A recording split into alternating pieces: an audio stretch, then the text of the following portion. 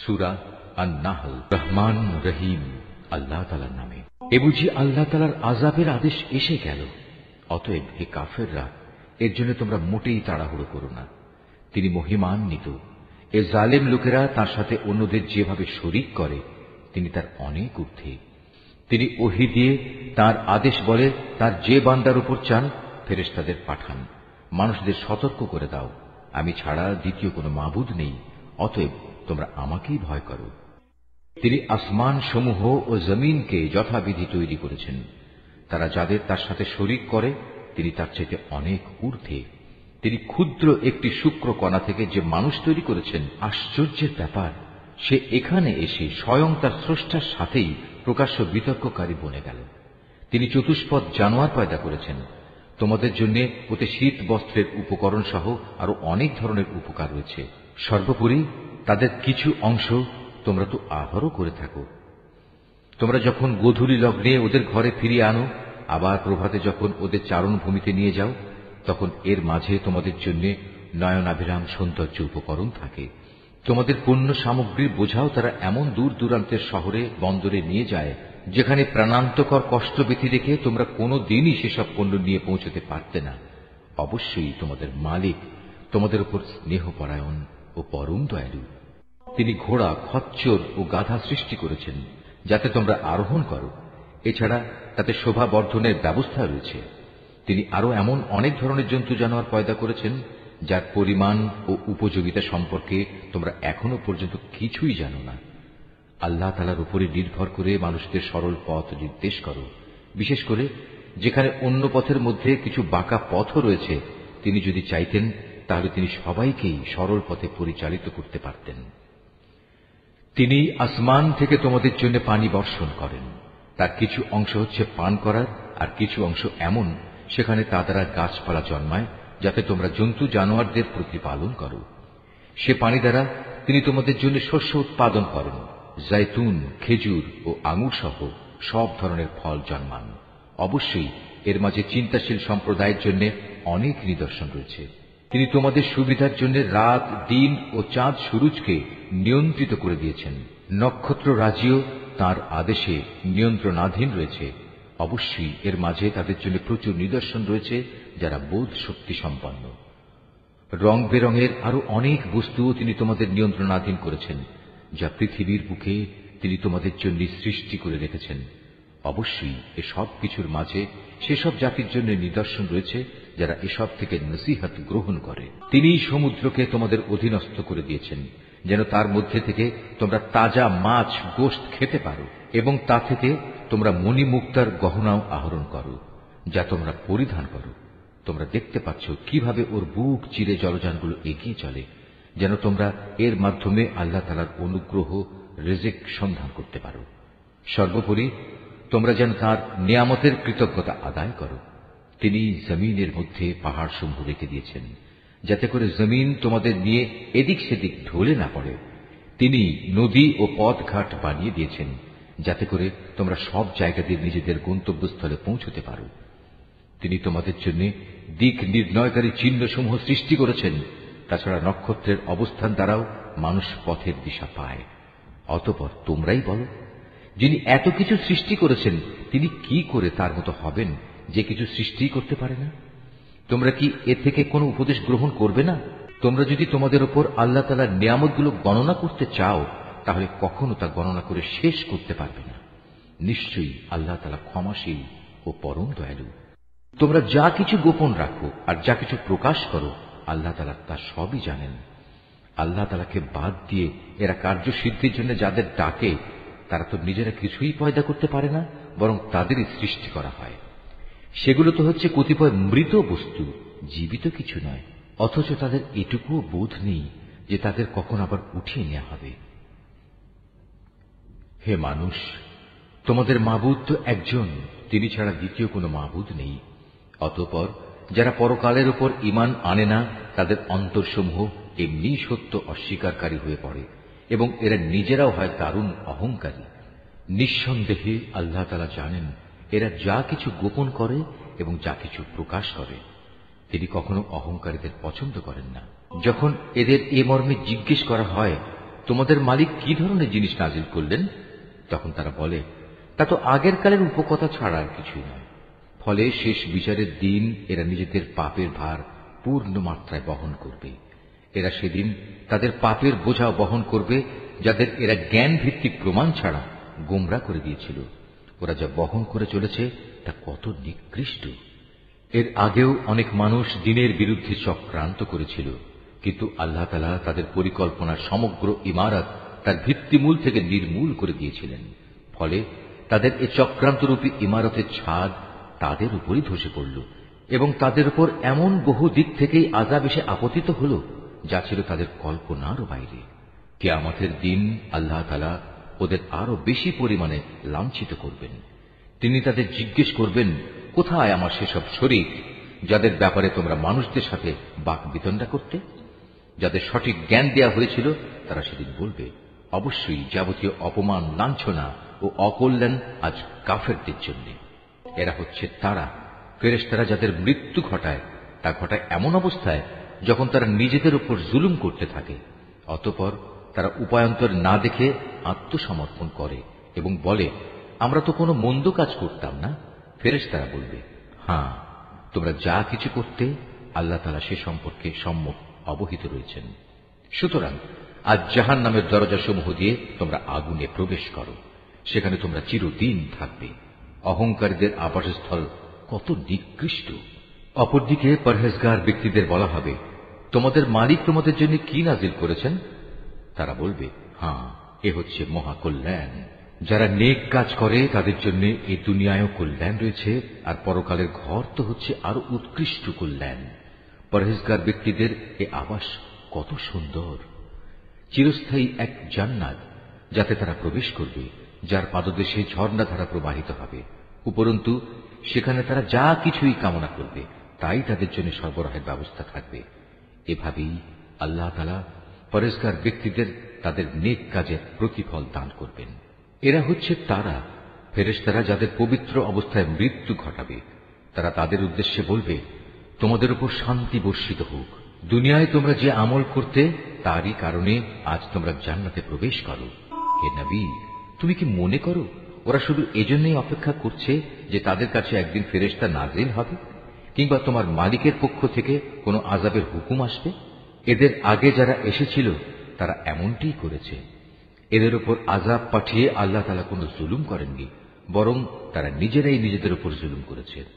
পরিশেষে তাদের উপর তাদের মন্দ কাজের শাস্তি আপতিত হল। একসময় সে আযাব তাদের পরিবেষ্টন করে নিল, যা নিয়ে তারা হামেশা ঠাট্টা বিদ্রূপ করে বেড়াত।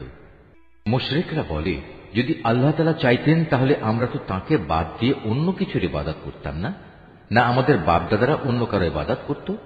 আমরা তাঁর অনুমতি ছাড়া কোনো জিনিস হারামও করতাম না। একই ধরনের কাজ তাদের পূর্ববর্তী লোকেরাও করেছে।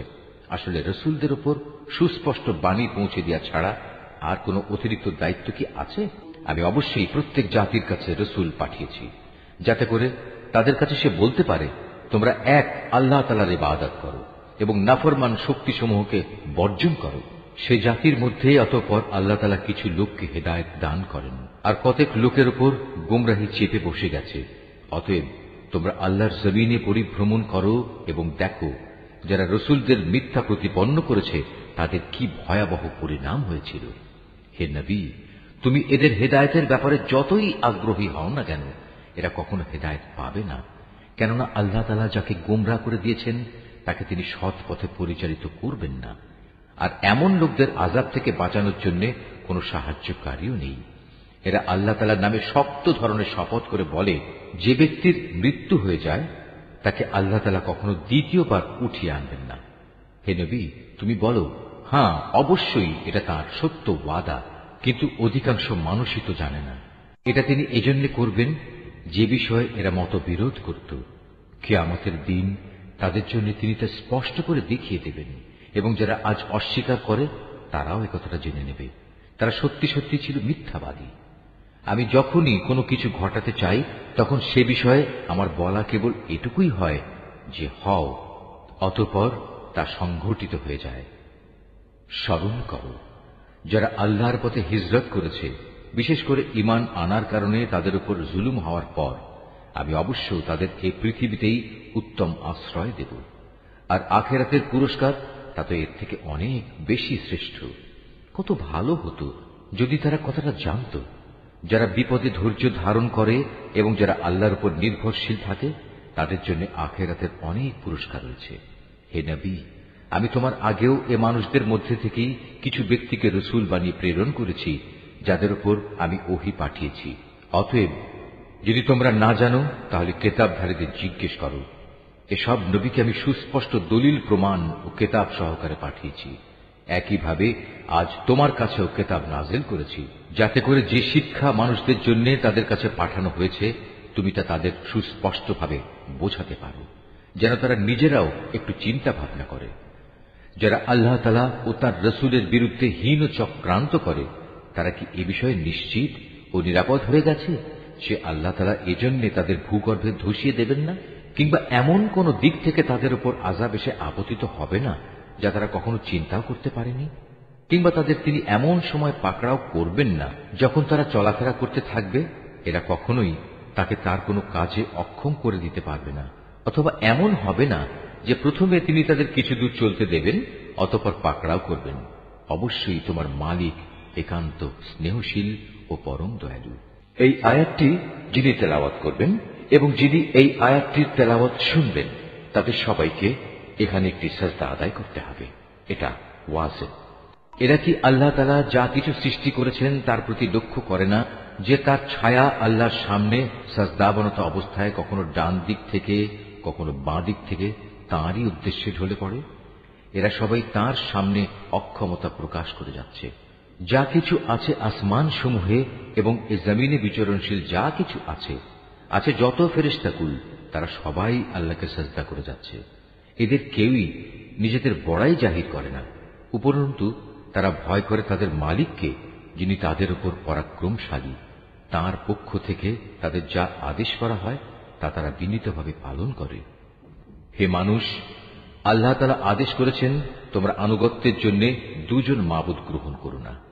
মাবুদ তো শুধু একজন, সুতরাং তোমরা আমাকেই ভয় করো। আকাশ মণ্ডলী ও জমিনের যেখানে যা কিছু আছে তা সবই তাঁর জন্য। জীবন বিধান তাঁর অনুগত করে দেয়াই কর্তব্য। এরপরেও কি তোমরা আল্লাহ তাআলা ছাড়া অন্য কাউকে ভয় করবে?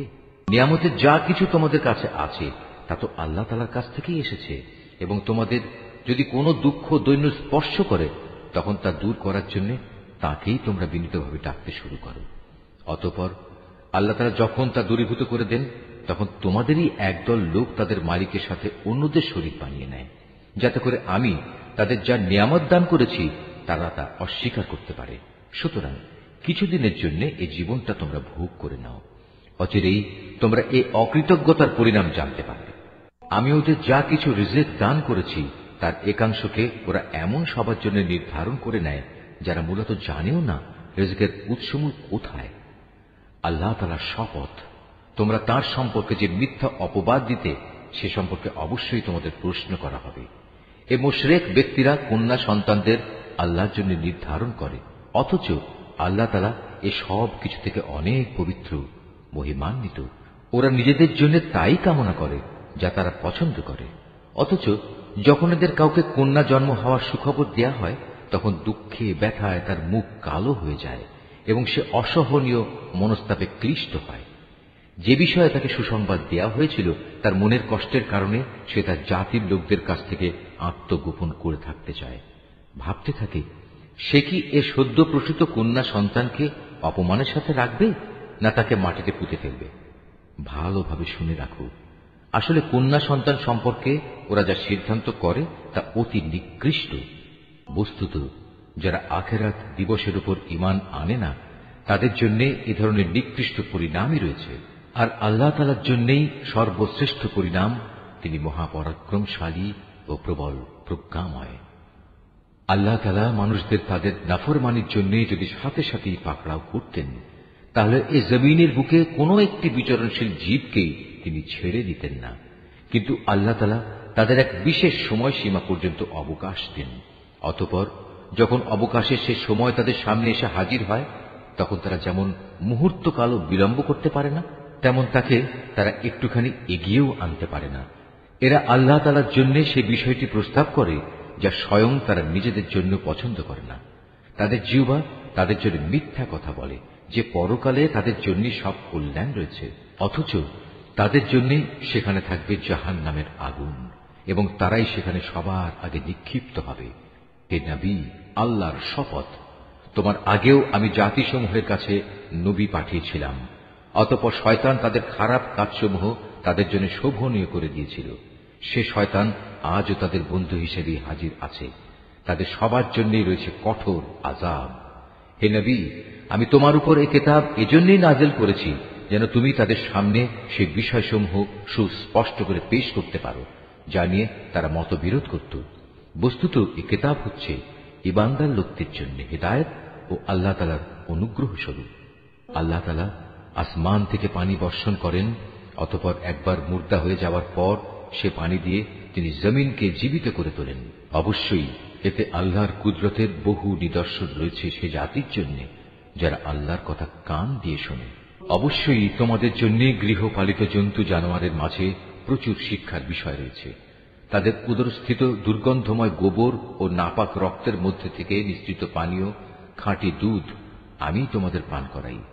পানকারীদের জন্য এটি বিশুদ্ধ ও সুস্বাদু। খেজুর এবং আঙুর ফলের মধ্যেও শিক্ষণীয় বিষয় রয়েছে।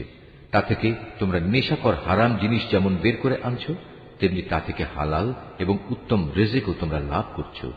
নিঃসন্দেহে এতে আল্লাহর কুদরতের অনেক নিদর্শন আছে তাদের জন্য যারা জ্ঞান সম্পন্ন সম্প্রদায়ের লোক।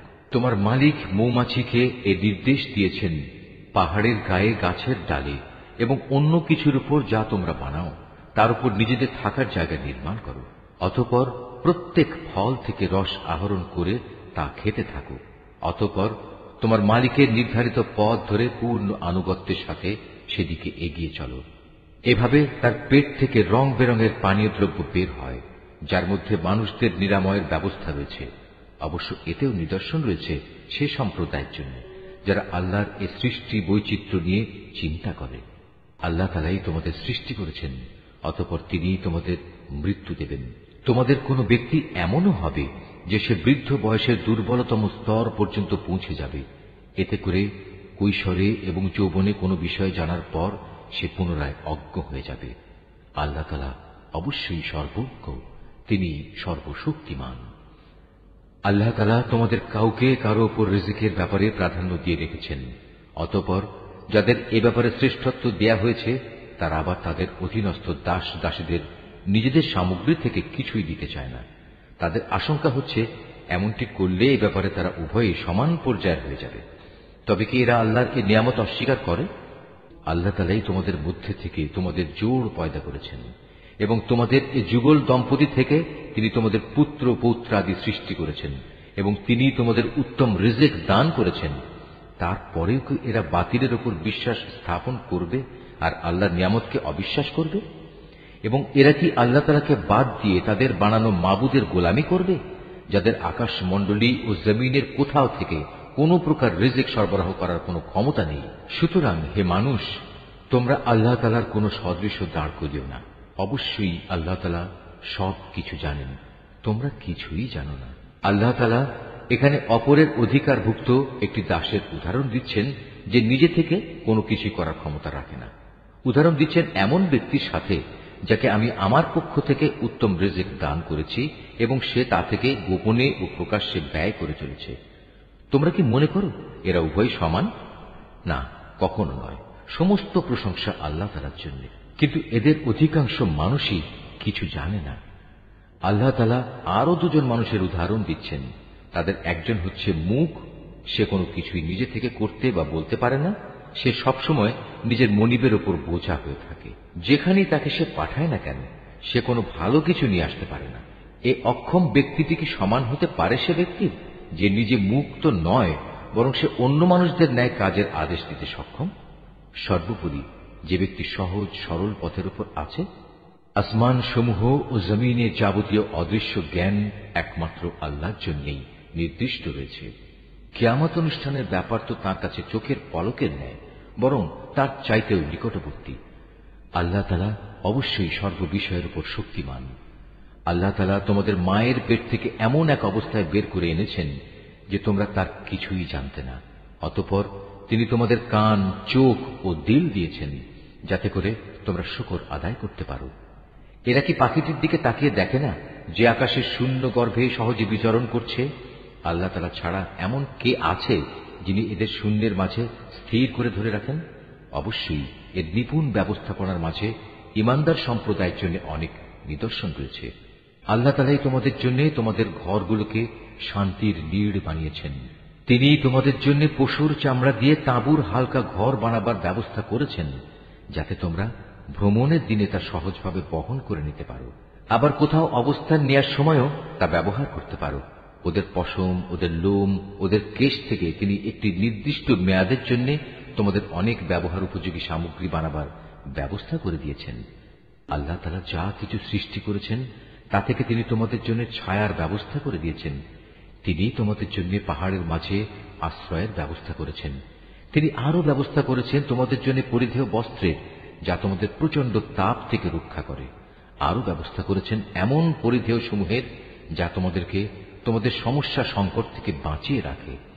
এভাবেই তিনি তোমাদের উপর তার নিয়ামত সমূহ পূর্ণ করে দেন যাতে করে তোমরা তার অনুগত বান্দা হতে পারো। যদি তারা সত্য থেকে মুখ ফিরিয়ে নেয় তবে তুমি জেনে রেখো তাদের কাছে সুস্পষ্ট বক্তব্য পৌঁছে দেওয়া ছাড়া তোমার আর কোনই দায়িত্ব নেই। এসব লোকেরা আল্লাহ তাআলার নিয়ামত ভালো করেই চেনে, কিন্তু এ সত্ত্বেও তারা তা অস্বীকার করে। আসলে ওদের অধিকাংশ মানুষই হচ্ছে অকৃতজ্ঞ। স্মরণ করো যেদিন আমি প্রতিটি সম্প্রদায়ের মধ্যে থেকে এক একজন সাক্ষী দাঁড় করিয়ে দেব। অতঃপর কাফেরদের কোন রকম কৈফিয়ত দেওয়ার অনুমতি দেওয়া হবে না, না তাদের সেদিন আল্লাহ সন্তুষ্টির জন্য কোন সুযোগ দেওয়া হবে। সেদিন যখন জালেমরা আযাব দেখতে পাবে তখন ভীষণ চিৎকার করে তা থেকে বাঁচার চেষ্টা করবে, কিন্তু কোন চিৎকারেই তাদের উপর থেকে শাস্তি লঘু করা হবে না, না এ ব্যাপারে তাদের কোন রকম অবকাশ দেওয়া হবে। মুশরিক ব্যক্তিরা যাদের আল্লাহর সাথে শরীক করেছিল সেদিন যখন তারা সেসব লোকদের দেখবে তখন বলবে, হে আমাদের মালিক, এরাই তো সেসব লোক যাদের আমরা তোমার বদলে ডাকতাম। অতঃপর সে শরীক কিংবা মুশরিক ব্যক্তিরা উল্টো তাদের উপরেই অভিযোগ নিক্ষেপ করে বলবে, না আসলে তোমরাই হচ্ছে মিথ্যাবাদী। তখন এ মুশরিক ব্যক্তিরা আল্লাহর কাছে আত্মসমর্পণ করবে। যা কিছু কথা তারা উদ্ভাবন করত সেদিন তা নিষ্ফল হয়ে যাবে। যারা কুফরি করেছে এবং অন্য মানুষদেরও আল্লাহর পথ থেকে বাধা দিয়েছে, আমি সেদিন তাদের আযাবের উপর আযাব বৃদ্ধি করব। এটা হচ্ছে তাদের সেই অশান্তি ও ফাসাদের শাস্তি যা তারা দুনিয়ায় করে এসেছে। সেদিনের কথা স্মরণ করো যেদিন আমি প্রত্যেক সম্প্রদায়ের মধ্যে স্বয়ং তাদেরই মধ্যে থেকে তাদের উপর একজন সাক্ষী উত্থিত করব, এবং এ লোকদের উপর আমি তোমাকেও সাক্ষী রূপে নিয়ে আসব। আমি তোমার উপর কেতাব নাজিল করেছি। মুসলমানদের জন্য এই কেতাব হচ্ছে দ্বীন সম্পর্কিত সব কিছুর ব্যাখ্যা, আল্লাহর হিদায়াত ও মুসলমানদের জন্য জান্নাতের সুসংবাদ স্বরূপ। অবশ্যই আল্লাহ তাআলা ন্যায় পরায়ণতা, সদাচরণ ও আত্মীয় স্বজনকে দান করার নির্দেশ দেন, এবং তিনি অশ্লীলতা, অসৎ কাজকর্ম ও সীমা লঙ্ঘনজনিত সব কাজ থেকে নিষেধ করেন। তিনি তোমাদের এগুলো মেনে চলার উপদেশ দেন যাতে করে তোমরা এ থেকে শিক্ষা গ্রহণ করতে পারো। যখন তোমরা নিজেদের মধ্যে আল্লাহর নামে কোনো অঙ্গীকার করো তখন তা পূর্ণ করো, এবং একবার এ শপথকে পাকাপোক্ত করে নেওয়ার পর তা ভঙ্গ করো না, কেননা এ শপথের জন্য তোমরা আল্লাহকে সাক্ষী করেছ। অবশ্যই আল্লাহ তাআলা জানেন তোমরা কখন কোথায় কি করো। তোমরা কখনো সেই নারীর মতো হয়েও না যে অনেক পরিশ্রম করে নিজের জন্য কিছু সুতা কাটল, কিন্তু পরে তা নিজেই টুকরো টুকরো করে ছিঁড়ে ফেলল। তোমরা তো তোমাদের পারস্পরিক ব্যাপারে নিজেদের শপথগুলো ধোঁকা ও প্রবঞ্চনার উদ্দেশ্যে ব্যবহার করো, যাতে করে তোমাদের একদল আরেক দল থেকে অগ্রগামী হয়ে যেতে পারে। আসলে আল্লাহ তাআলা এই বিষয়টি দিয়ে তোমাদের পরীক্ষা নেন মাত্র। তাছাড়া তোমরা যেসব বিষয়ে মতবিরোধ করছো, কিয়ামতের দিন অবশ্যই তিনি তা সবার সামনে প্রকাশ করে দেবেন। আল্লাহ তাআলা যদি চাইতেন তাহলে তোমাদের সবাইকে এক জাতি বানিয়ে দিতে পারতেন। তিনি যাকে ইচ্ছা তাকে বিভ্রান্ত করেন, আবার যাকে ইচ্ছা তাকে সৎ পথে পরিচালিত করেন। তোমরা কি করতে সে সম্পর্কে তোমাদের অবশ্যই প্রশ্ন করা হবে। তোমরা তোমাদের শপথগুলো পরস্পরকে প্রবঞ্চনা করার উদ্দেশ্যে ব্যবহার করো না। এমন করলে মানুষের পা একবার স্থির হওয়ার পর পুনরায় পিছলে পড়ে যাবে, এবং আল্লাহর পথ থেকে মানুষদের বাধা দেওয়ার কারণে এ দুনিয়ায়ও তোমাদের শাস্তির স্বাদ গ্রহণ করতে হবে, এবং আখেরাতেও তোমাদের জন্য থাকবে কঠোর আযাব। তোমরা আল্লাহর নামে অঙ্গীকারকে দুনিয়ার সামান্য স্বার্থের বিনিময়ে বিক্রি করে দিও না। সততা ও বিশ্বস্ততার পুরস্কার যা আল্লাহর কাছে আছে তা তোমাদের জন্য অনেক উত্তম। যদি তোমরা জানতে, যা কিছু সহায় সম্পদ তোমাদের কাছে আছে তা একদিন নিঃশেষ হয়ে যাবে। অপরদিকে আল্লাহর কাছে এর যা বিনিময় আছে তা হামেশাই বাকি থাকবে। সে আশায় যারা ধৈর্য ধারণ করেছে এবং ভালো কাজ করেছে, নিশ্চয়ই আল্লাহ তাআলা তাদের সেসব কর্মের শ্রেষ্ঠ পুরস্কার দেবেন। তোমাদের পুরুষ কিংবা নারীর মধ্যে যে ব্যক্তি কোনো নেক কাজ করবে এমতাবস্থায় যে সে হবে যথার্থ মোমেন, তাহলে অবশ্যই তাকে আমি দুনিয়ার বুকে পবিত্র জীবন যাপন করাবো, এবং আখিরাতের জীবনেও তাদের দুনিয়ার জীবনের কার্যক্রমের অবশ্যই উত্তম বিনিময় দান করব। অতঃপর তোমরা যখন কোরআন পড়তে শুরু করবে তখন বিতাড়িত শয়তানের ওয়াসওয়াসা থেকে আল্লাহর কাছে আশ্রয় চাও। যারা আল্লাহর উপর ঈমান আনে এবং যাবতীয় কার্যকলাপে তাদের মালিকের উপর ভরসা করে, তাদের উপর শয়তানের কোনোই আধিপত্য নেই। তার সব আধিপত্য তো তাদের উপরই চলে যারা তাকে বন্ধু ও অভিভাবক হিসেবে গ্রহণ করেছে, উপরন্তু যারা তার সাথে শরীক করেছে। হে নবী, আমি যখন এক আয়াত পরিবর্তন করে তার জায়গায় আরেক আয়াত নাজিল করি, অথচ আল্লাহ তাআলা যা কিছু নাজিল করেন তা তিনি ভালো করেই জানেন, তখন তারা বলে, তুমি তো এগুলো এমনি নিজ থেকে বানিয়ে নিচ্ছ। আসলে তাদের অধিকাংশ মানুষই আল্লাহর সূক্ষ্ম রহস্য জানে না। তুমি তাদের বলো, হ্যাঁ, এ কোরআনকে জিব্রাইল ফেরেশতা তোমার মালিকের কাছ থেকে ঠিকভাবেই নাজিল করেছে, যাতে করে যারা আল্লাহর উপর ঈমান এনেছে তাদের তিনি সুদৃঢ় ভিত্তির উপর প্রতিষ্ঠিত করতে পারেন। সর্বোপরি এটা যেন হয় অনুগত বান্দাদের পথ নির্দেশ ও জান্নাতের সুসংবাদবাহী। নবী, আমি ভালো করে জানি এরা তোমার ব্যাপারে কি বলে। এরা বলে, এ কোরআন তো একজন মানুষ এসে এ ব্যক্তিকে পড়িয়ে দিয়ে যায়, অথচ যে ব্যক্তিটির দিকে এরা ইঙ্গিত করে তার ভাষা আরবি নয়, আর এ কোরআন হচ্ছে সুস্পষ্ট আরবি ভাষা। আসল কথা হচ্ছে, যারা আল্লাহর আয়াত সমূহে বিশ্বাস করে না, আল্লাহ তাআলাও তাদের সঠিক পথে পরিচালিত করেন না, আর তাদের জন্যই মর্মান্তিক আযাব রয়েছে। নিজের পক্ষ থেকে কথা বানানো কখনো নবীর কাজ হতে পারে না, বরং এটা হচ্ছে তাদের কাজ যারা আল্লাহর আয়াতের উপর ঈমান আনে না। আসলে এরাই হচ্ছে মিথ্যাবাদী। যে ব্যক্তি একবার ঈমান আনার পর কুফরি করে, যদি তাকে কুফরি বাক্য উচ্চারণ করতে বাধ্য করা হয় অথচ তার অন্তর ঈমানের উপরই সন্তুষ্ট থাকে, তাহলে আল্লাহ তাআলা তা হয়তো মাফ করে দেবেন। কিন্তু যে তার অন্তরকে কুফরির জন্য সদা উন্মুক্ত করে রাখে, তাদের উপর আল্লাহর গজব, তাদের জন্যই রয়েছে মর্মন্তুদ শাস্তি। এটা এজন্যে যে তারা দুনিয়ার জীবনকে পরকালীন জীবনের উপর প্রাধান্য দিয়েছে। আল্লাহ তাআলা কখনো কাফের সম্প্রদায়কে হেদায়েত দান করেন না। এরাই হচ্ছে সেসব লোক যাদের অন্তরে, যাদের কানে ও যাদের চোখের উপর আল্লাহ তাআলা সিল এঁটে দিয়েছেন। আসলে এরা সবাই ভয়াবহ আযাব সম্পর্কে গাফেল। নিশ্চয়ই ওরা পরলোকে ভীষণ ক্ষতিগ্রস্ত হবে। এর বিপরীত যারা ঈমানের পথে নির্যাতিত হওয়ার পর হিজরত করে, অতঃপর আল্লাহর পথে জিহাদ করে এবং বিপদে ধৈর্য ধারণ করে, হে নবী, অবশ্যই তোমার মালিক এ পরীক্ষার পর তাদের প্রতি ক্ষমাশীল ও পরম দয়ালু হবেন। স্মরণ করো যেদিন প্রত্যেক ব্যক্তি আত্মপক্ষ সমর্থনে যুক্তি প্রদর্শন করতে এগিয়ে আসবে। প্রত্যেক ব্যক্তিকেই কানাকড়ি হিসাব করে তার কৃতকর্মের প্রতিফল আদায় করে দেয়া হবে এবং তাদের কারো উপর কোন রকম অবিচার করা হবে না। আল্লাহ তাআলা এমন একটি জনপদের উদাহরণ তোমাদের সামনে উপস্থাপন করছেন যা ছিল নিরাপদ ও নিশ্চিন্ত। সেখানে চারদিক থেকে তাদের কাছে প্রচুর পরিমাণ রিজিক আসত। অতঃপর এক পর্যায়ে তারা আল্লাহর নিয়ামত অস্বীকার করল। ফলে তারা যে আচরণ করে বেড়াত তার শাস্তি হিসেবে আল্লাহ তাআলা তাদের ক্ষুধা ও ভীতির পোশাক পরিয়ে তাদের শাস্তি দিলেন। অবশ্যই তাদের কাছে তাদেরই মধ্যে থেকে একজন রাসূল এসেছিল, কিন্তু তারা তাকে অস্বীকার করল। পরিশেষে আল্লাহর আযাব তাদের জুলুম করা অবস্থায় পাকড়াও করল। আল্লাহ তাআলা তোমাদের জন্য যা কিছু পবিত্র ও হালাল রিজিক দিয়েছেন তোমরা তা আহার করো। যদি তোমরা সত্যি একান্তভাবে তাঁরই গোলামি করো, তাহলে এজন্য আল্লাহ তাআলার নিয়ামতের কৃতজ্ঞতা জ্ঞাপন করো। তোমাদের জিহ্বা আল্লাহ তাআলার উপর মিথ্যা আরোপ করে বলেই কখনো একথা বলো না যে এটা হালাল ও এটা হারাম। জেনে রেখো, যারাই আল্লাহর উপর মিথ্যা আরোপ করো তারা কখনোই সাফল্য লাভ করতে পারবে না। তাদের জন্য এটা পার্থিব জীবনের সামান্য কিছু সামগ্রী মাত্র। পরকালে তাদের জন্য রয়েছে কঠোর আযাব। হে নবী, ইহুদীদের ওপর আমি সেসব কিছু হারাম করেছি যা ইতিপূর্বে আমি তোমার কাছে বর্ণনা করেছি।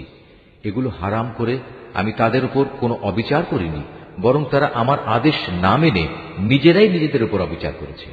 অতঃপর অবশ্যই তোমার মালিক তাদের ওপর দয়া করেছেন যারা অজ্ঞতাবশত কোনো গুনাহের কাজ করল, অতঃপর অন্যায় বুঝতে পেরে তওবা করল এবং তওবার পর নিজেদের সংশোধনও করে নিল। হে নবী, তোমার মালিক অবশ্যই এরপর তাদের জন্য হবেন ক্ষমাশীল ও পরম দয়ালু।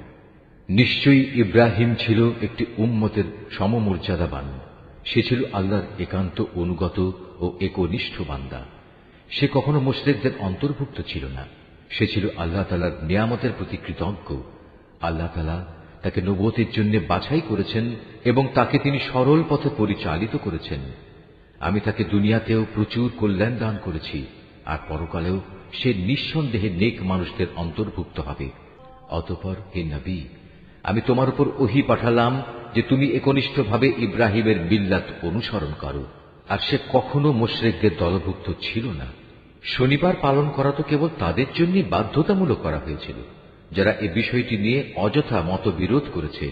অবশ্যই তোমার মালিক কিয়ামতের দিন তাদের মাঝে সেসব বিষয়ে মীমাংসা করে দেবেন, যেসব বিষয় সেখানে তারা মতবিরোধ করত। হে নবী, তুমি তোমার মালিকের পথে মানুষদের প্রজ্ঞা ও সদুপদেশ দ্বারা আহ্বান করো। কখনো তর্কে যেতে হলে তুমি এমন এক পদ্ধতিতে যুক্তিতর্ক করো যা সবচাইতে উৎকৃষ্ট পন্থা।